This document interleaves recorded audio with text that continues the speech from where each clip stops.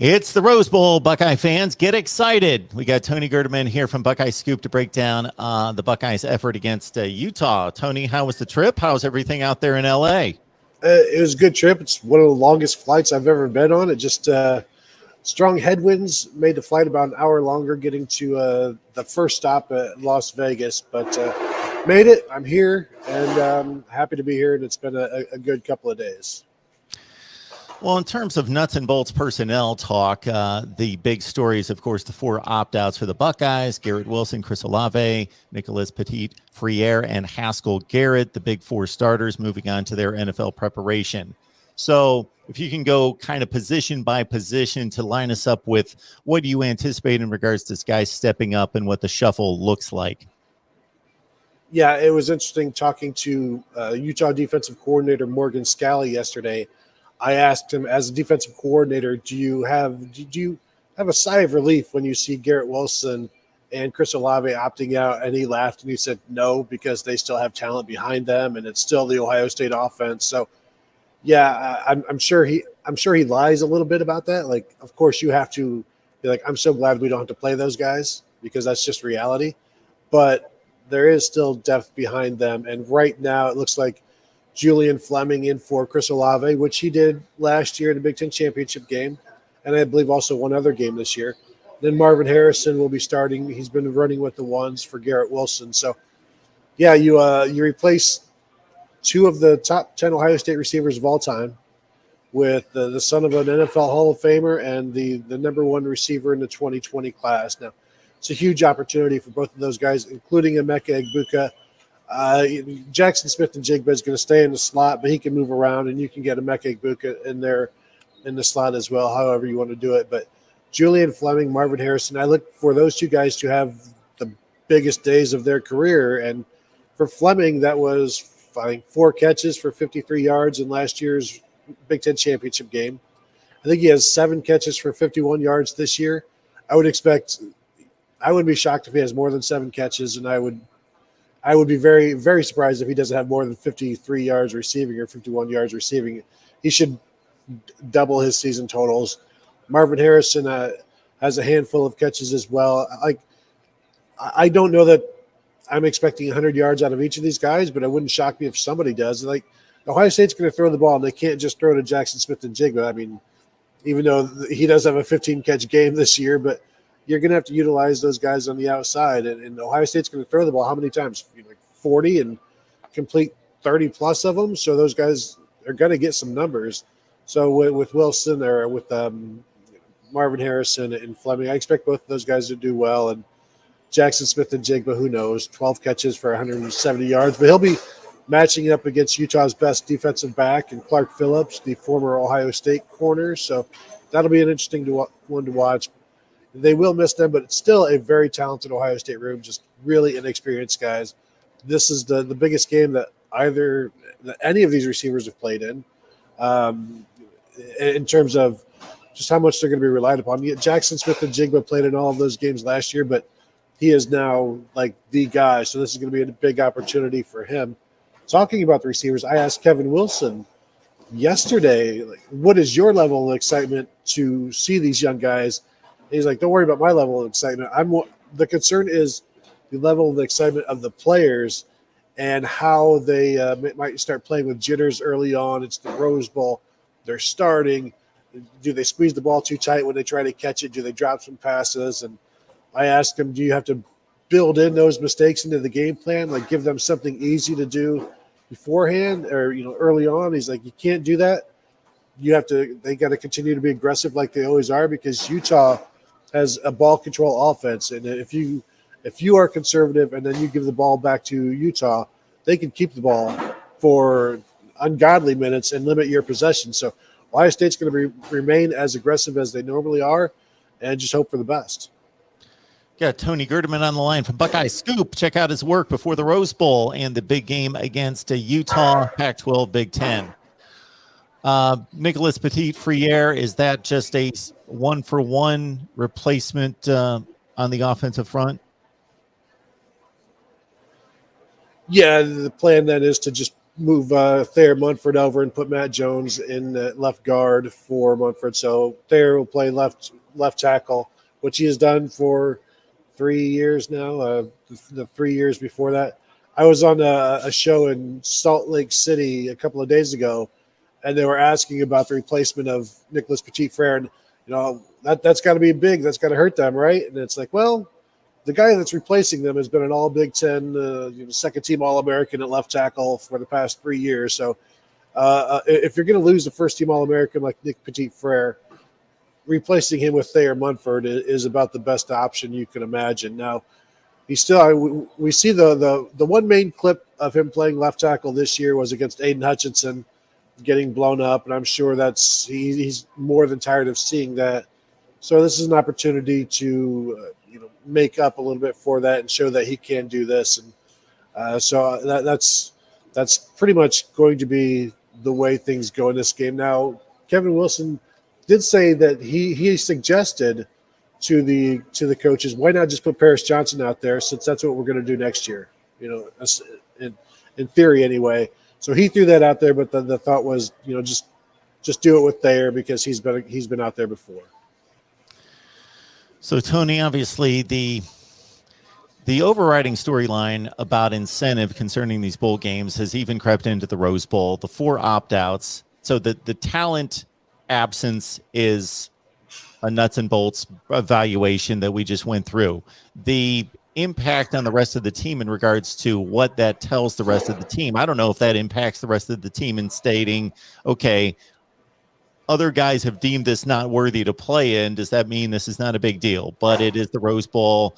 And I got to think that even though these games are on TV across the board and national audiences are watching, there is something to walking into a stadium with 10,000 people in 80,000 seat stadium versus what we're going to have here, where the juices get flowing when the stadium's got 90,000 plus in it, and there is a recognition of, okay, people are interested in this game. They've shown up to watch us.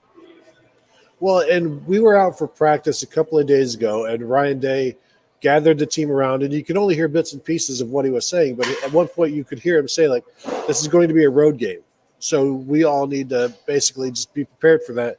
And that's one of those things that can bring everybody together. And I know the players have all been asked, the disappointment of the Rose Bowl, and they've been asked about the opt-outs, and you get the sense that they're tired of talking about it in terms of, why don't you guys care about this? And they're all like, we're here, we do care about it. Like, they are saying all of the right things.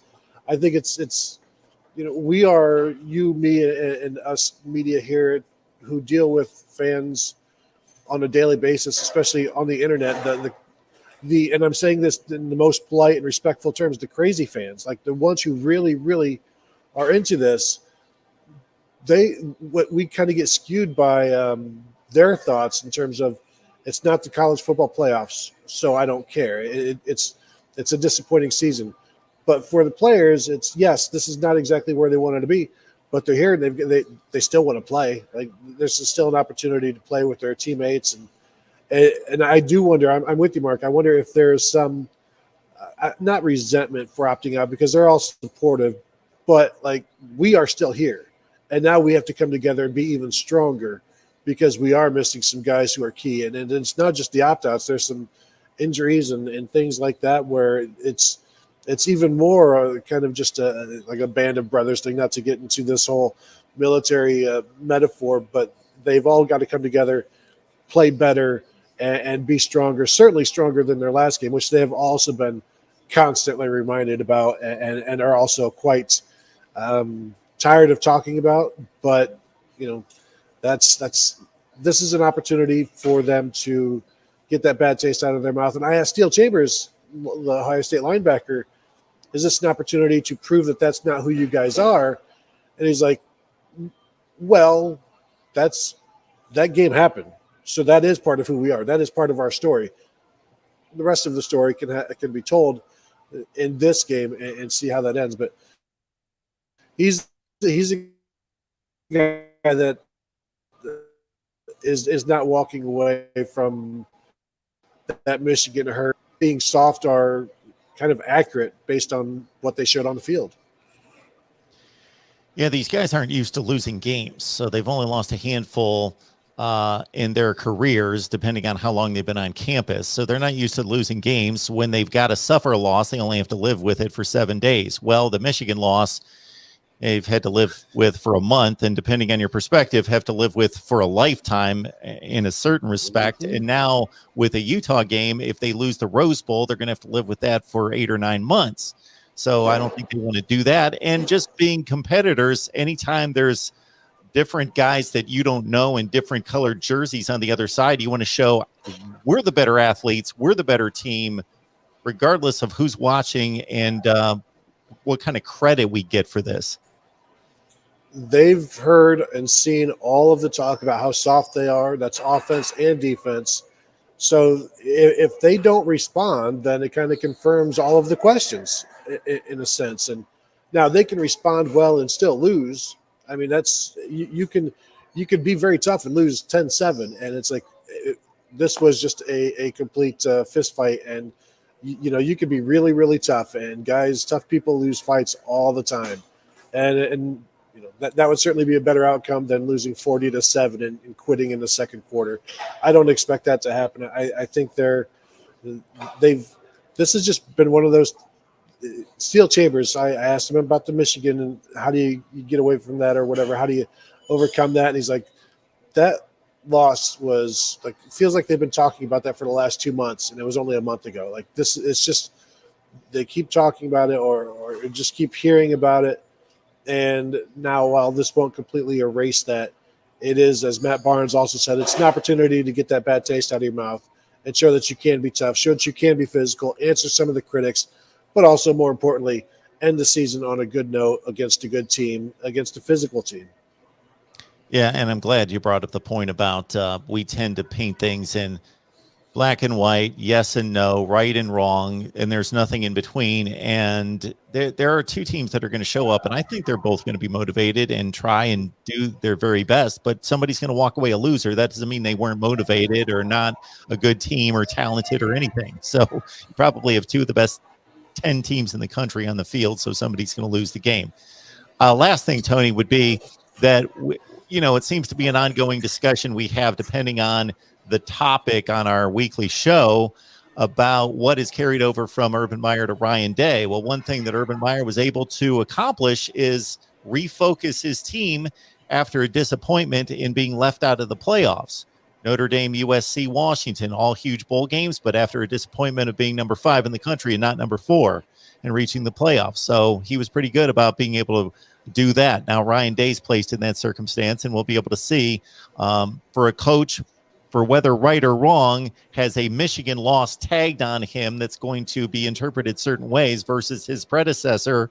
Now he's in a similar situation in which he's got a major opponent and bowl game, but it's not the playoffs. So is he going to prepare his team? That's interesting because I think those other 3 teams are all similar in terms of I don't think they're as physical and kind of nasty as Utah. Like Utah is going to get into a fight, and I don't know that those other programs did, and Ohio State could just out-talent them. I don't think Ohio State can just out-talent Utah without matching some of that physicality. And yes, Ohio State is more talented than Utah, but it doesn't. I mean, it's the whole Mike Tyson, get punched in the face, and you see how ready you are for that sort of thing. And whereas Ohio State in those other games could just they had so much more talent, and they would get up and they could just keep the opponent at arm's length. And I don't think you can do that with Utah, because Utah is just going to keep swinging, and Ohio State's going to have to match that. And that it is interesting that this is. I don't think this is some big statement on Ryan Day or whatever. I mean, Urban Meyer in 2013, you lose to Michigan State, you lose to Clemson, and the end of the world looked like it was coming, especially when you lose the Virginia Tech game to start the second game of the 2014 season. So referendums, I think it's a little early for that for Ryan Day, because he has gotten the team to the playoffs his first 2 years, and then the Rose Bowl as a consolation, like that shouldn't be a ding against a guy. But this is Ohio State, and you don't want to start backsliding in terms of expectations. I remember thinking if Ryan Day can just keep Ohio State between where Jim Tressel and Urban Meyer had him, that's about as good as you can hope for. And he's done that. But then you have a season like this, and it's like, well, they need to be better. And it's like, but are we asking too much? I probably not. But is anybody going to get fired for going to the Rose Bowl every year? Tony Gerdeman, Buckeye Scoop. Join his work right there. And Tony joins us along with Steve Hellwagon and Kevin Noon every Wednesday at 1:30 Eastern time for Buckeyes Live. So got to catch Tony's insight at all his various stops. So you have any podcasts, anything that's been just off the presses to share with everyone?